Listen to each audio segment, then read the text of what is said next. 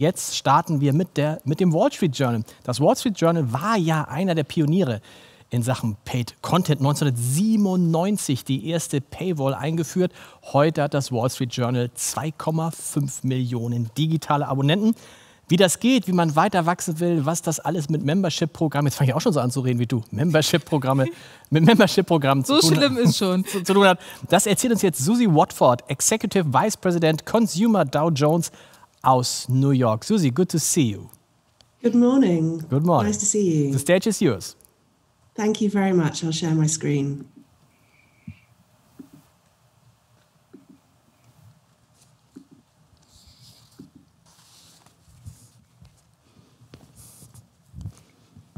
Great. Lovely to talk to you this morning. I'm talking to you from the News Corp headquarters here in New York City. The offices have been closed, obviously, since last March. So it's very quiet in here, and the newsroom carpet is being relaid, ready for the offices reopening in September. So it's a pleasure to talk to you this morning and share a bit of what's happened at the Wall Street Journal in the last year and some of the challenges and successes that we've seen and that we've faced. I'll start by saying that the Wall Street Journal is obviously part of Dow Jones. And at Dow Jones, we have a very clear mission that applies to all of our businesses, which is to be the number one provider of trusted insight for decision makers. And this is true across our B2B businesses, so Factiva, Dow Jones Newswires, Risk and Compliance. And it's also true across our consumer businesses, so Barron's, MarketWatch, and of course the Wall Street Journal. And it's been exceptionally useful this last year amongst all the chaos to have this very clear vision that we've really made decisions through and a kind of lens for us to think about how we want to grow the business and kind of lean into our values and our offer to our customers. It's worth just starting with where the Wall Street Journal is. And to start with that, it's good to look at the history and go back to, I think, 1889 on this chart to show you how the Wall Street Journal has grown. And I think there's two things about this chart that I really enjoy. One is that the Wall Street Journal is now at 3.4 million total subscribers, 2.7 million of them are digital. And I think that really points to the fact that this is a brand that is very much in growth. And really the trajectory of that, momentum of that, we've really seen in the last year. But also that how important innovation is. On this chart, you'll see two really important points. In 1996, which kind of starts that first big peak of growth, we introduced the first digital paywall. So the Wall Street Journal was the first to charge for digital subscriptions. And then in 2015, we made a very conscious move to really focus on digital membership revenue. And since then, I think as this chart shows, we've seen extraordinary growth. That growth has also been matched by a real shift in our revenues and what makes up our revenues at the Wall Street Journal. So just on this chart, you've got a view of our digital advertising, which is the line at the bottom in black, our digital membership, which is the grey line with the steep incline. The light grey line is revenue from print membership, and the blue line is print advertising, which obviously tells a story of industry advertising decline. But I think what's really important on this chart is that we saw the transformation from digital to print revenues in terms of membership back in FY17, but we've only just seen that happen in digital advertising. And I think this is a really important story that we hung on for too long to our print advertising business and didn't make a fast enough move and transition to digital, which meant it's taken us some time to catch up. And the team have done an amazing job this year of really overseeing that and driving that transformation. And now we've got digital advertising growth too. This year, we've really focused, we've had to focus in on how we serve our audience, and that's resulted in great innovation across our newsrooms, across our models, across our pricing, all aspects of our business. We've got three really clear goals to double our digital audience, digital advertising, and membership across the Wall Street Journal. And we set these goals out in July of last year, the start of our new fiscal. So kind of, only a couple of months into the pandemic, but we knew that we had this opportunity to be incredibly ambitious as we saw more people than ever turn to trusted news. And this focus on the customer has really centered around decision makers. At the Wall Street Journal, most people know that we reach a huge proportion of the C-suite and business community. But what we found in our customer research was actually what united our customers, whether they were students or CEOs, was that they saw themselves as decision makers in their lives, be it business decisions, life decisions, financial decisions, and that the Wall Street Journal really had an important role to play in their lives, helping them make those decisions. So we've lent into that this last year. We've really doubled down on trust. So we know that trust within the industry overall has been in decline. But at the Wall Street Journal, we're America's most trusted newspaper, and it's something that we hold incredibly dear. It's the reason why our journalists do the journalism that they do, the way that they do it.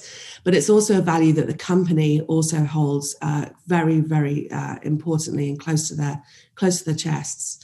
And the reason for that is there's a good commercial reason for it as well. In our research, what we showed was that obviously people that are more trusting of us are more likely to pay and subscribe to news. So there's a good commercial reason for us all to care about trust across the company.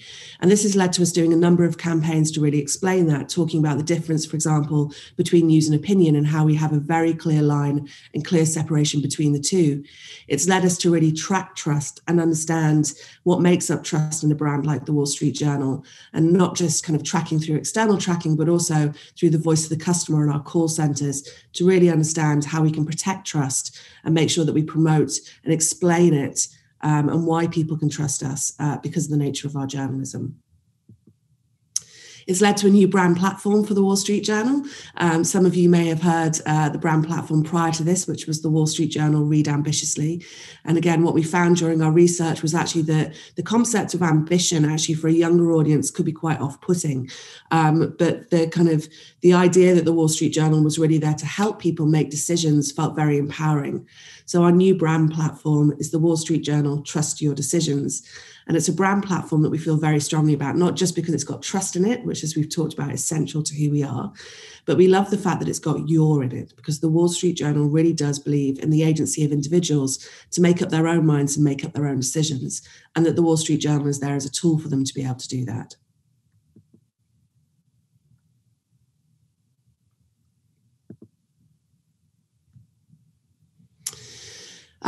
Everything that we do really across membership starts with the model, and it's not dissimilar to a funnel. It's just slightly on its side. We call it the bow tie model, and it really starts with us thinking about how do we attract and drive consideration of our brand before we then convert subscribers. We did research at the start of the pandemic again to understand what was the addressable market of people within the US who were willing to pay for news. And what we established was there was a large group of people within the US, obviously, that had an interest in the kind of news that the Wall Street Journal did. And then we kind of really drilled that down and looked at how many people had a likelihood or a high willingness to pay for our news. And we established an addressable market of about 8.5 million core people in the US that we could talk to. Obviously, that's really interesting because the Wall Street Journal attracts a far larger audience every month via its website. In fact, we've seen huge traffic growth during the pandemic. We went from about 35 million uniques pre-pandemic to a high of about 75 during the pandemic. And since then, whilst it's kind of rebased lower than that, it's definitely higher than before we went into the pandemic. So we reach this huge audience every month. We know that a percentage of them are willing to pay, but we've got work to do to talk to them about why it's worth subscribing to the Wall Street Journal and to drive that consideration up. And that's the role that a lot of the brand work that I just talked about plays.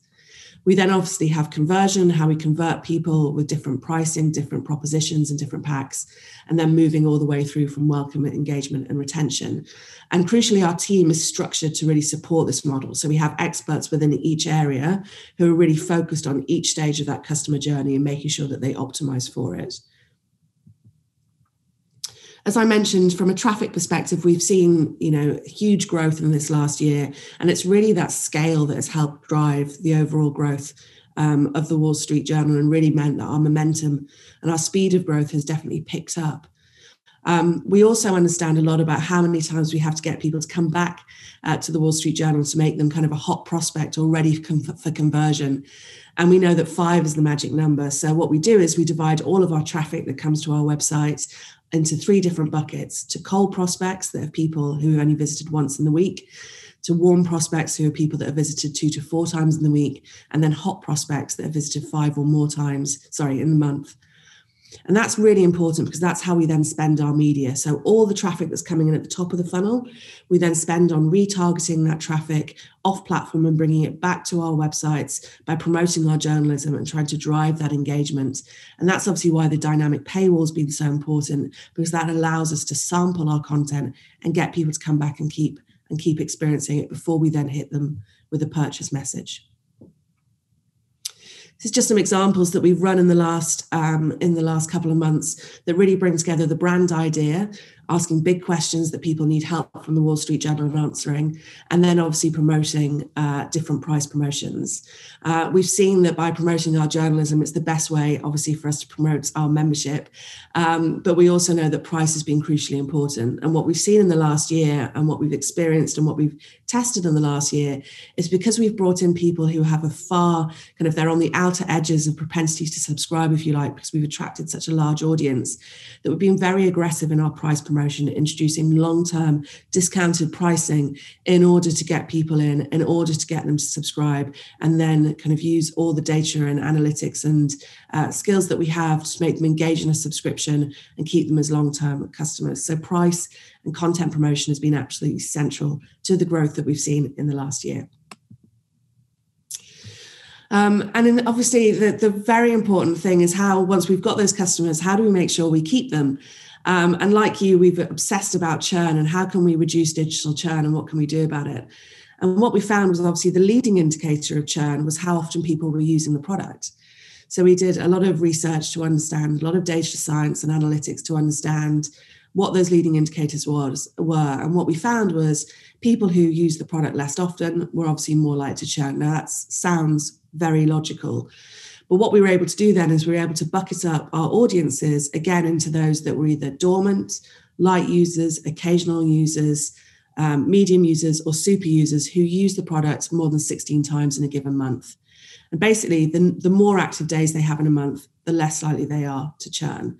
So understanding the audience and segmenting in that way has been absolutely crucial. We then needed to understand, okay, now we understand somebody's likelihood to churn. What can we do to try to stop that? And what we understood from those audiences was the people that were, super users had a number of what we'd call sticky habits. And those habits included things like using the app, using newsletters, following journalists, reading certain content types. And through this work, we really understood that there were certain habits that were worthy of greater promotion than others. That, again, was a key piece of research that's widely available through the internet that we published. So what we understood then was, okay, we know that now that the active days is a kind of leading indicator of churn, so we need to get more active days. We understand the habits that people need to have in order to drive up that number of active days. And we also understand that to adopt those habits, we need to get people to adopt them within their first 100 days of subscription. But actually, we really need to get them to adopt them within the first 24 hours of their subscription. That's the best opportunity that we have to get them to take up some of those good habits. And of course, what that led us on to doing was really thinking about how we onboard members. So when you sign up to a Wall Street Journal subscription, you go through a series of cards that help you either share more information of your interests, share the industry that you work in, share the profession that you have. Also, we text you a link so that you can download the Wall Street Journal app directly onto your phone. So for ease, what we understood was we had to keep people within the product to complete onboarding as much as possible rather than setting them out to do different things. So you can also sign up to your newsletters from within the onboarding experience. If you're already a Wall Street Journal subscriber, you can actually click on your name within the desktop experience and you can go back through onboarding if you want to experience it and see what we've done there. And this has led to a huge increase in the number of habits that people adopt. And what we've seen as a result is that the number of active days has gone up in the last year, not just through the entire base, but also and crucially through those people that we brought in during the COVID peak and also through the election peak. What we know is those people have far higher engagement and far more habits as a result of us really focusing on how we can onboard members. This has obviously also been a really important part for how we gather first-party data, which is of use not just to us, but to our colleagues in the advertising department too.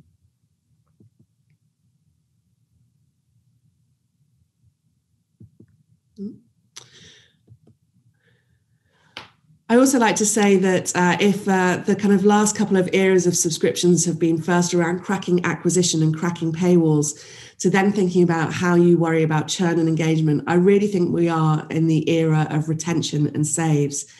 And what do I mean by that? Well, we obviously all obsess about when people want to cancel their subscription, how do we save them? How do we stop them from leaving?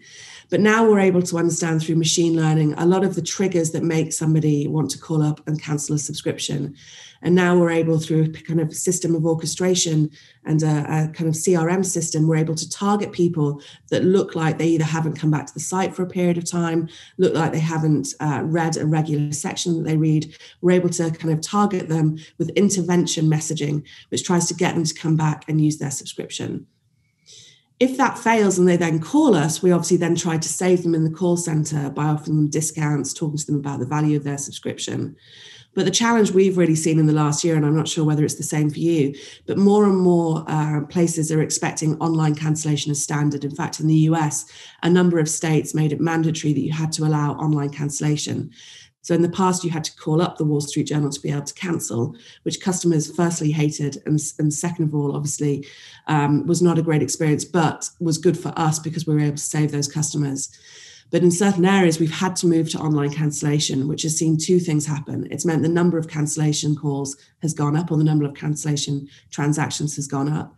And it's also meant that we've had to work harder to try to save those customers in an online experience. We're now at about 11% online saves versus about 30% when people used to call us in the call center. But I think there's going to be a bigger customer expectation that online cancellation comes as standard. And if you're not already working on what that journey looks like, then like us, it's a good time to start and to really begin to understand and explore that.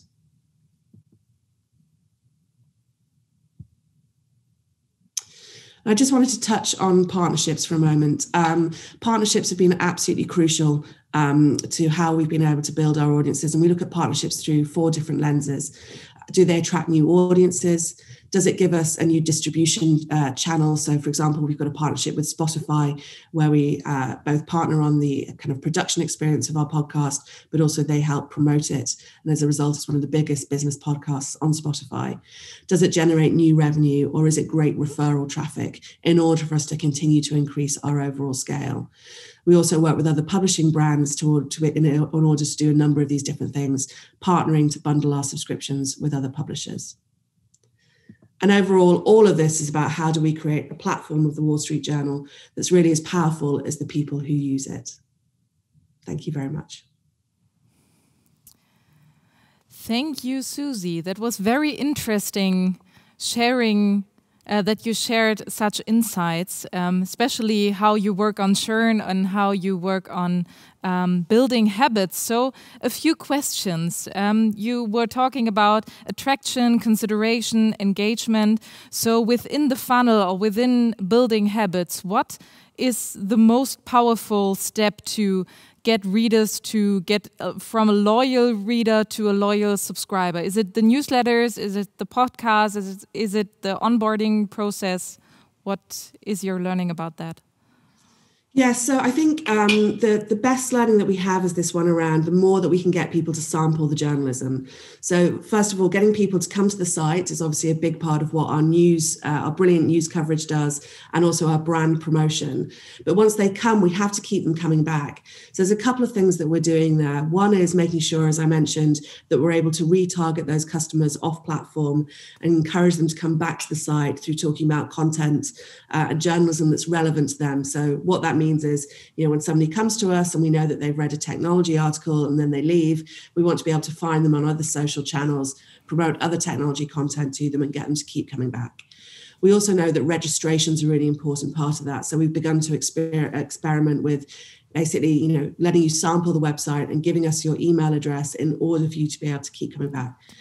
And also, you're completely right, newsletters are a really great part of that. So getting people to sign up to newsletters, getting them to get used to the content and building that habit with us before then serving them with a subscription message. Those are all really important things.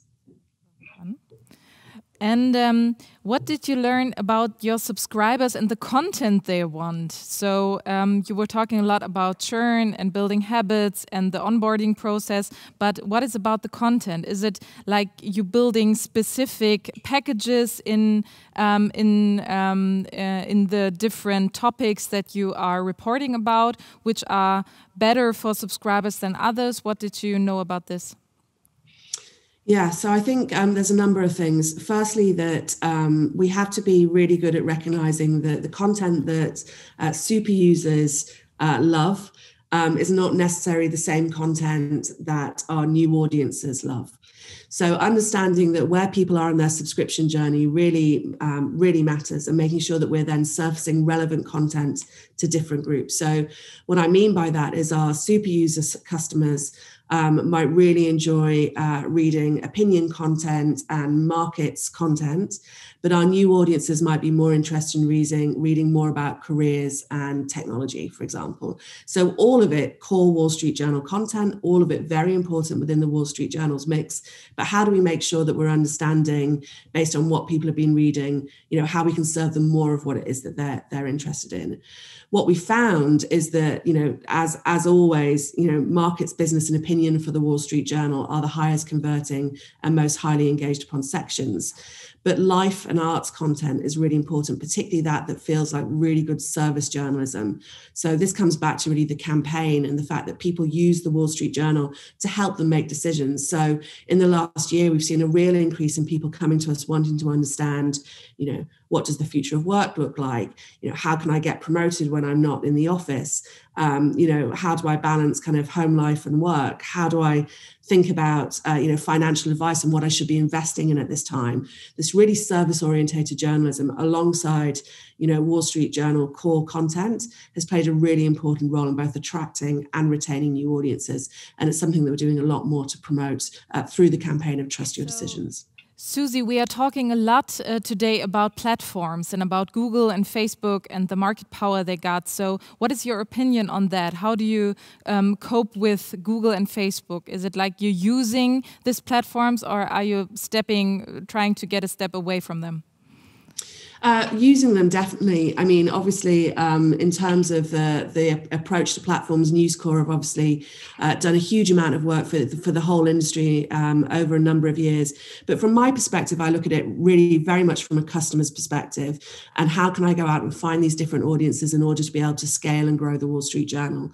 And so they're incredibly important. That doesn't mean to say that we're not also looking at other channels. So we want to make sure that we don't have an over-reliance obviously on one channel. So we're beginning to explore using different channels in order to attract new audiences. But they're crucially important, right? As a referral source, as a way for us to target those audiences and bring them back to us.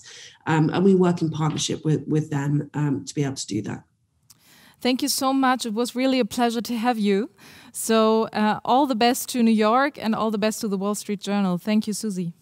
Thank you so much for having me.